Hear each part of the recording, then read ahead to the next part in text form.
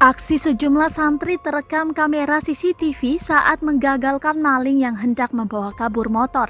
Videonya tersebar di media sosial, salah satunya diunggah akun Instagram @andreli_48 Selasa 25 Januari 2022. Terlihat dalam video, seorang maling itu mengenakan baju hitam bersama satu temannya. Si maling sudah naik di atas motor, namun temannya tidak. Seketika melihat aksi maling, para santri yang sedang berbelanja di sebuah toko langsung berlari keluar. Mereka menahan pria tersebut yang sudah menyalakan motor dan berusaha kabur.